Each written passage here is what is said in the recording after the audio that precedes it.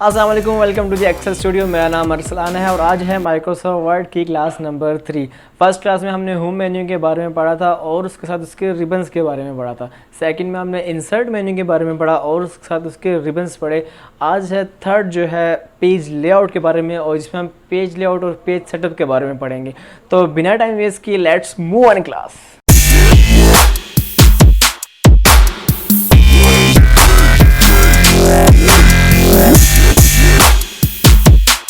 Alright, welcome back. और हम आ गए हैं डेस्कटॉप पे और ये हमारा डेस्कटॉप है।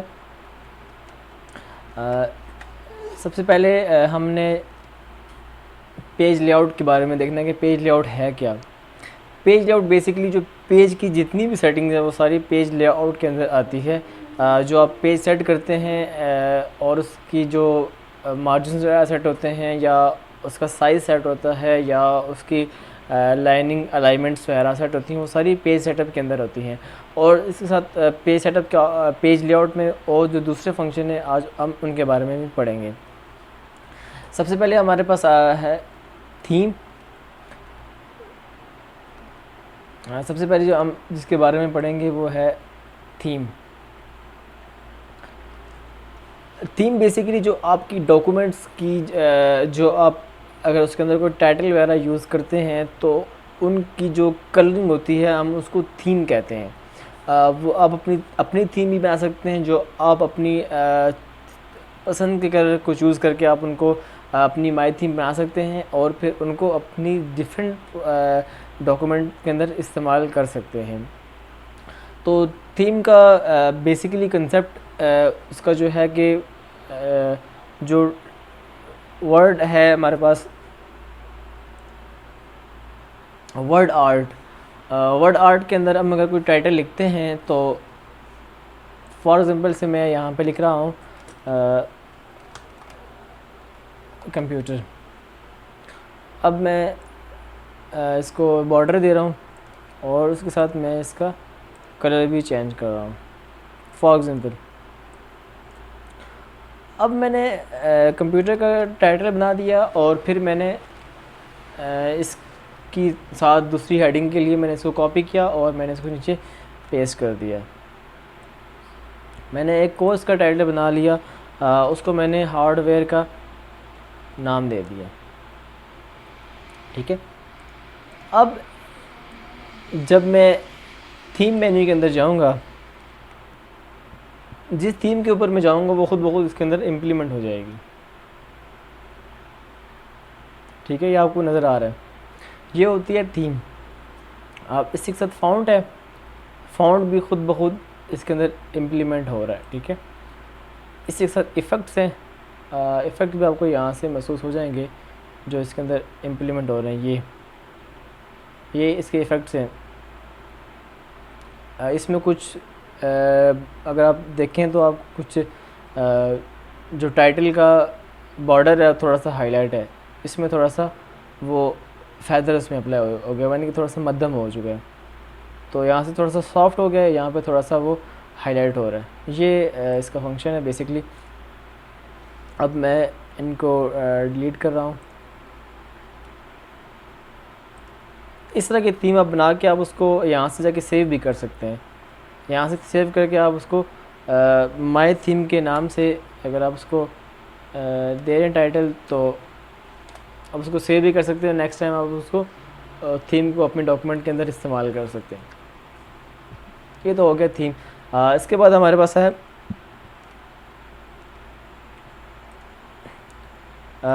पेज लेआउट की बेसिक चीज़ें। हमारे पास कौन कौन सी चीज़ें हैं? पेज सेटअप है और उसके अंदर मार्जिन है और ओरिएंटेशन है, साइज़ है और ये हमारे पास ऑप्शन है। मार्जिन बेसिकली जो आपकी पेज की एक्स्ट्रा लाइनिंग होती है, जो से हम मार्जिन लाइन कहते हैं, वो जो एडजस्टमेंट के लिए हम उनको यूज़ करते हैं। कैसे एडजस्टमेंट के लिए यूज़ करते हैं? जैसे कि हमारा कोई पैराग्राफ बहुत बड़ा हो गया है, वो 2 पेजेस पे जा रहा है, हम उसको एक पेज पे सेट करना चाह रहे हैं, तो हम मार्जिन लाइन को बढ़ा के हम उसको एक पेज के अंदर सेट कर सकते हैं। उस पैराग्राफ को मार्जिन लाइन बढ़ जाएंगी और वो पैराग्राफ छोटा हो जाएगा और वो एक पेज के अंदर एडजस्ट हो जाएगा। जैसे कि इसमें कुछ प्रीसेट्स दिए हुए हैं नॉर्मल के, नॉर्मल है, नैरो है और मॉडरेट है, वाइड है, इसी तरह मिरर्ड है और ऑफिस का बाय डिफ़ॉल्ट का इसमें प्रीसेट दिए हुए हैं, ये आप यूज़ कर सकते हैं। आप इसमें देखेंगे जो नॉर्मल है, जो हमारे पास यहाँ पे नॉर्मल है, उसकी जो लाइनिंग है वो थोड़ी सी ज़्यादा है, इसकी थोड़ी सी उससे मतलब कि नैरो टाइप की हुई है कम। तो इससे आपको अंदाज़ा हो चुका होगा कि जो पेज की मार्जिन लाइन है वो कौन कौन सी होती हैं। अब ये 2 पेज बन गए और ये बिल्कुल ही बाय डिफ़ॉल्ट है, तो इस तरह ये हम उसको यूज़ कर सकते हैं। अब कस्टम मार्जिन भी है हमारे पास। कस्टम मार्जिन क्या चीज़ है कि जिसको आप ख़ुद सेट करते हैं कि ये आपका कस्टम मार्जिन है। जैसा कि मैं ये आपके पास कस्टम मार्जिन की हमारे पास एक विंडो ओपन हुई है, ये वाली पेज लेआउट, और ये कस्टम मार्जिन की हमारे पास विंडो है जिसमें टॉप में कुछ अपनी तरफ से वैल्यूज़ दी हुई हैं जो बाय डिफ़ॉल्ट मार्जिन की हैं। आप इनकी वैल्यूज़ को बढ़ा के और कम करके मार्जिन सेट यहाँ से भी कर सकते हैं, और यहाँ से भी आप इसको एडजस्ट कर सकते हैं। इंडेक्स दिए हुए हैं यहाँ से, पैराग्राफ इंडेक्स से, ठीक है। स्पेसिंग और इंडेक्स और ये इसमें यहाँ पे दिए हुए हैं। ये पैराग्राफ के फंक्शन में हम इसके बाद पढ़ते हैं। उसके बाद है ओरिएंटेशन। ओरिएंटेशन क्या चीज़ है कि जो आपकी पेज की प्रेजेंटेशन है वो कौन सी है, क्या वो पोर्ट्रेट है या चाहे वो लैंडस्केप। ये 2 ओरिएंटेशन होती हैं पेज के अंदर। आपकी कोई भी डॉक्यूमेंट है वो 2 तरह की होती है, तो वो पोर्ट्रेट होगी या तो वो लैंडस्केप होगी। ये 2 तरह की ओरिएंटेशन होती हैं। आपको सबसे पहले पोर्ट्रेट मिलती है, उसके बाद आपको लैंडस्केप मिलती है, आपका पेज लैंडस्केप मोड में चला जाता है, ठीक है। उसके बाद साइज़ है। साइज़ में ज़्यादातर साइज़ A4 और लीगल साइज़ के ऑफिशियल तमाम ऑफिस में ये दोनों साइज़ सबसे ज़्यादा इस्तेमाल होते हैं। लीगल और A4 साइज़ का में डिफरेंस है। A4 और लेटर सेम साइज़ है तकरीबन, और ये जो आप एडजस्ट करते हैं वो A4 को लेटर पे एडजस्ट कर सकते हैं और लेटर को हम A4 पे एडजस्ट कर सकते हैं, क्योंकि इनका दोनों का साइज़ ऑलमोस्ट सेम है। लीगल थोड़ा सा बड़ा पेज है, वो स्पेसिफिक काम के लिए हम उसको यूज़ करते हैं, ठीक है। ज़्यादातर डॉक्यूमेंट के अंदर A4 और लेटर यूज़ होते हैं। अब कॉलम क्या है? कॉलम एक पेज के अंदर डिफरेंट कॉलम्स जो हम लिखते हैं। जैसे कि मैं यहाँ पे कोई चीज़ लिख रहा हूँ, जैसे कि मैं यहाँ पे कोई नाम लिख रहा हूँ, अब्दुल्ला जुनैद, उसके बाद मैं लिख रहा हूँ आदिल आकिब।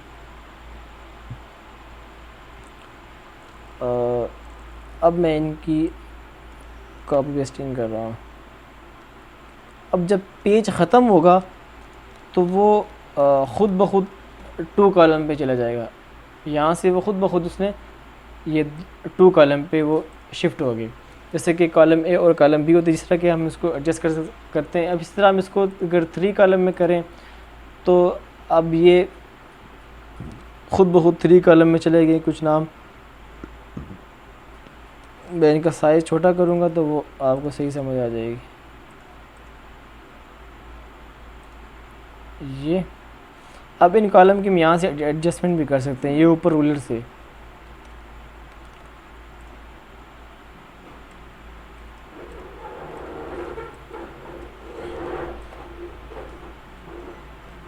ये 3 कॉलम में एडजस्ट हो गए नाम हमारे, ठीक है। ये इस तरह आप कॉलम की एडजस्टमेंट कर सकते हैं, ठीक हो गया। आई होप कि आपको यहाँ तक समझ आ गई होगी। उसके बाद ब्रेक्स है। यहाँ पे पेज ब्रेक है, कॉलम है और टेक्स्ट रैपिंग है। पेज ब्रेक में यहाँ पे नेक्स्ट पेज पे हम चले जाएंगे, जिस तरह हमने इंसर्ट में हम नेक्स्ट पेज पे चले गए थे।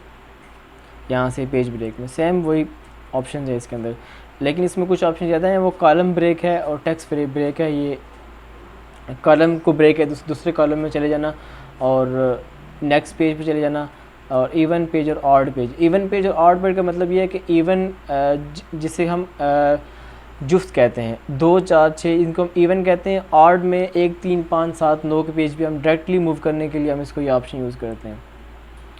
लाइन नंबरिंग है, जो हम लाइन की नंबरिंग अगर साथ साथ हम यूज़ करना चाहिए, जैसे कि हमें हमारे पास अगर कोई ऐसे है जो हमें 10 लाइन में लिखना है तो हम उसके साथ नंबरिंग अगर काउंट करते हैं तो वो हमें साथ काउंट करने के लिए हमें लाइन नंबरिंग का इस्तेमाल होता है। जैसे कि मैं यहाँ पे लिख रहा हूँ कोई मैं लिख रहा हूँ कोई नाम मैं लिख रहा हूँ, जैसे कि अली लिखा मैंने।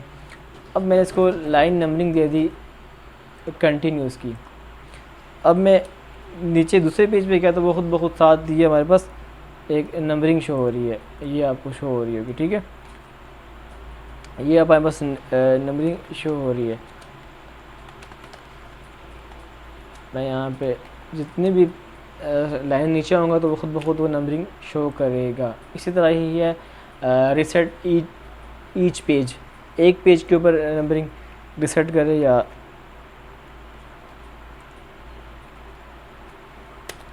और इसी तरह इसके दूसरे ऑप्शन में, ठीक है, ये आप देख लीजिएगा।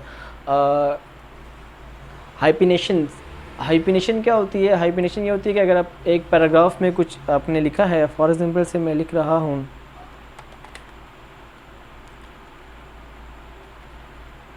वंस अप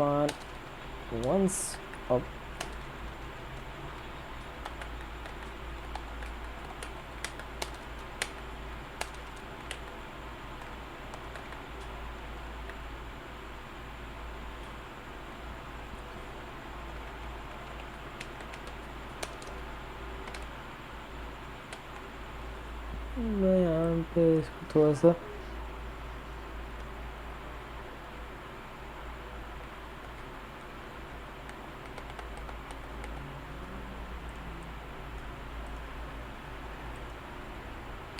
अब इसको मैं हाइपिनेशन ऑटोमेटिक की तो वो फैसल के आगे जहाँ तक पे कॉलम जहाँ तक हमारे इसमें पेज में जो हमारी सेटिंग की हुई थी मार्जिन लाइन तक उसने लिखा, उसके बाद मार्जिन लाइन के आगे जितना भी उसने, जैसे कि फैसलाबाद में फैसला तक उसने एक लाइन में लिखा और बाद उसने दूसरी लाइन में लिखा। वो खुद ब खुद दूसरी लाइन में उसको वर्ड को डिवाइड करके दूसरी लाइन में शिफ्ट कर उसने कर दिया। ये होती है हाइपिनेशन। हम किसी भी जब लाइन से जो एक्स्ट्रा वर्ड होता है वो खुद ब खुद अगर उसी वर्ड से कनेक्टेड है तो वो खुद ब खुद उसको डैश दे के जो वर्ड का दूसरा हिस्सा है वो दूसरी लाइन में शिफ्ट कर देता है। ये होती है हाइपिनेशन की ऑप्शन। इसके बाद हमारे पास आती है page background. Page background different तरह का होता है। आप उसके अंदर पेज बैकग्राउंड में वाटर मार्किंग भी यूज़ कर सकते हैं या आप कलर भी यूज़ कर सकते हैं और पेज बॉर्डरिंग भी यूज़ कर सकते हैं। फॉर एग्ज़ाम्पल वाटर मार्किंग में अगर डू नॉट कॉपी, अब यहाँ पे आप देखें कि ये आपके पास एक वाटर मार्किंग का निशान आ गया, डू नॉट कॉपी, यानी कि आप इसकी कॉपी नहीं कर सकते, ठीक है। ये कॉपीराइट के ज़िम्मे में आ गया, ठीक है। अब इस तरह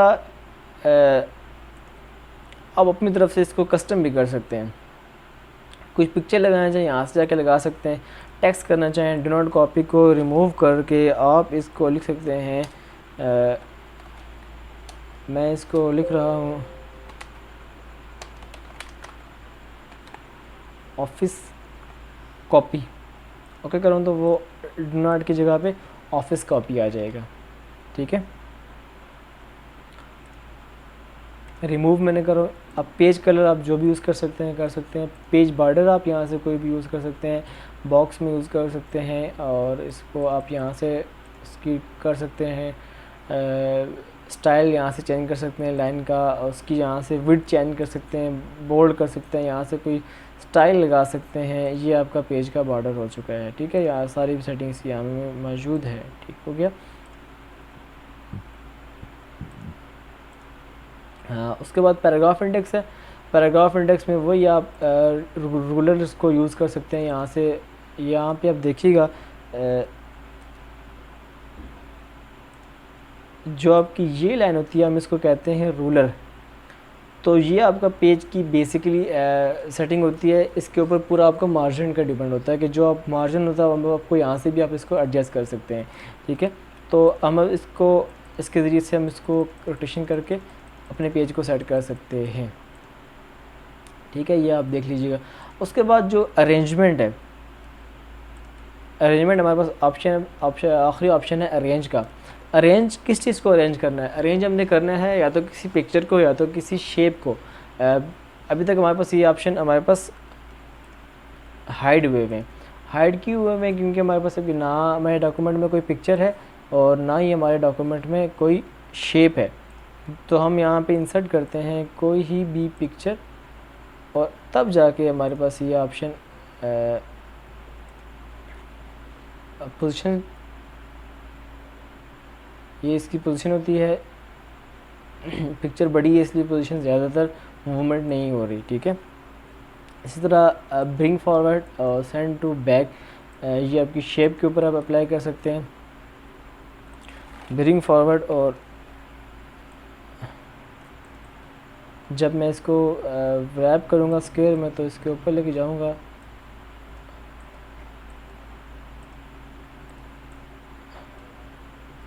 अब जब एक पिक्चर के ऊपर दूसरी पिक्चर आती है तब जाके ये दोनों ऑप्शन हमारे पास शो होते हैं, ब्रिंग फॉरवर्ड और सेंड टू बैक का। अब मैं इसको जाके कर रहा हूँ ब्रिंग फ्रंट, या इसको जाके मैं कर रहा हूँ ब्रिंग फ्रंट। तो अब जो दूसरी पिक्चर जो इसके नीचे चली गई है, वो जो पहले इसके ऊपर थी वो इसके नीचे चली गई है। तो इसका मतलब होता है ब्रिंग फ्रंट और सेंड बैक।